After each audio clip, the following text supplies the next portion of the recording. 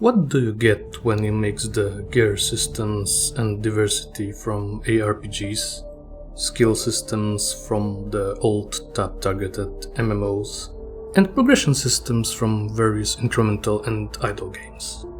A very addicting amalgamation that really scratches the itch of theory crafting builds, maximizing gear progression, learning rotation, and watching the numbers go bigger and bigger, all in one go. Idle Wizard at its core is a very simple game. Your goal is to make a number go big and get free dopamine from that. But the complexity of the systems that developers crammed into this free game is quite baffling. I am pretty sure at least one of the devs watches Excel championships from time to time as an entertainment, and I mean that as a compliment. So if you really like watching DPS meters, minimaxing your character gear or absurd amount of numbers, you probably should not watch this video, or you'll end up like me, with a Steam library showing over 1000 hours of playtime. So stay at your own risk.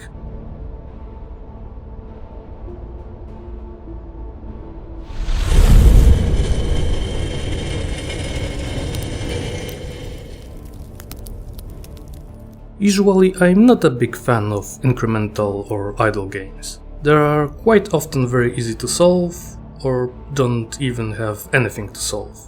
Just a time-gated progression path on rails. So when I found this game while browsing the list during the last summer sale, I noticed that it had very positive reviews, and screenshot and game trailers looked nice enough to try it. So I decided to check it out. There I was, expecting to get some free dopamine, watch the numbers go brr, and be done after a few hours to go on with my life. You know, the classic, in and out, a quick 15-minute adventure. Turns out it's more of a 1500 hours adventure. The gameplay hit me like a truck, with one subsystem or mechanic after another, layering the complexity, interactions and features one on top of the other. Then going for the surprise attack with ungodly amount of gameplay style diversity, something that does not happen very often in this kind of game. Going over everything would probably take a few hours, so in this video I just go over the early game systems and the basics of the gameplay style diversity. Idle Wizard starts in a very simple way. You have an orb, and after clicking it, you get some mana. Then you can spend mana on various passive mana generators. That's a very classic formula for incremental games, and if you're into this kind of entertainment, you've probably seen this many times before. Gaining mana also gives our wizard character experience, and increases their level. And that's the point that diversity starts to peek out around the corner. During the leveling process, we will unlock spell scrolls and spell shards. The former are our active slots. The latter, the secondary resource that is generated by many actions. And here comes the similarity to many old school MMOs. We can allocate up to 6 skills for active use. Available options are based on character level and our class. We start as an apprentice, a basic class. And during the early game gameplay we can unlock 12 different classes. Of course, that's only the beginning. There's more options later with advanced and even tier 3 classes. Nevertheless, each of the classes offers a very different approach of the spellcasting portion of the gameplay. All of them have different spell access, losing some of the apprentice options and gaining their own unique skill set. Alongside this, each class has a different passive ability that impacts the game in different way, and in some cases they gain different resource type that you can use interact with the core gameplay systems. Some are focused on passive, idle-like gameplay style, others require you to click like a madman, or juggle different spell setups for maximum effect. So, depending on your preference, there's a style for you.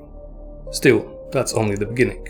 We not only have access to different wizard variants, we also have options of having a companion pet by our side that helps us in the journey towards the biggest possible number.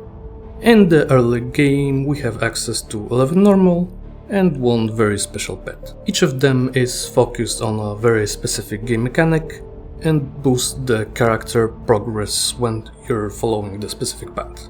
That means that each class can use different pets for different tasks during the gameplay, and rotating them to match your current spell loadout is quite encouraged by the developers. In summary, we have different classes with different passive skills and different active skills, and a size selection of supplemental pets with unique abilities focused on specific aspects of game mechanics. A quite nice base. So of course we need to add another layer. Quite early in your adventure with Idle Wizard, you'll stumble upon crafting and equipment systems. Crafting is very bare bones, no sugarcoating here. On the other hand, the actual equipment system has great potential. Think item sets like in Diablo 2 or Path to Exile, with a total of 20 different equipment types. The option of minimaxing gear loadout based on your class, pet and active spell combination is basically begging for some advanced spreadsheet math, especially when upgrading and enchanting are included in the picture. But that's the topic for a whole another video.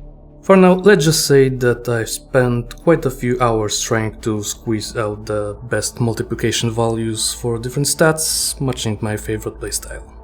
Of course, this is an incremental game at its core, so we have prestige system, or even systems. For those that somehow dodge this kind of game, that means resetting your current progress for permanent upgrades that gives you even faster progress on the next run. I've spent my first few days unlocking all the classes and pets, crafting gear to figure out what works with what, and just exploring the layers of additional systems that were presented to me one by one. And there's a lot of them. Based on the alternative side progression system, I've probably unlocked around 45, maybe 50% of total content and different mechanics in this game. Unfortunately for me, I'm kinda hooked now and will probably have this thing running on my PC for months to come. There's a blessing in the idle part of this title, since without it I would probably have trouble doing anything in the long while. So to sum up my ramblings, if you're bold enough to risk addiction, this is a very deep incremental game that has years of content support. And it's still in active development to this day. I could probably talk for hours about some systems that are hidden here, and I still haven't seen the whole iceberg. So play at your own risk. And if after playing you want some more detailed videos about this old gem, let me know in the comments. For now, see ya in the next one.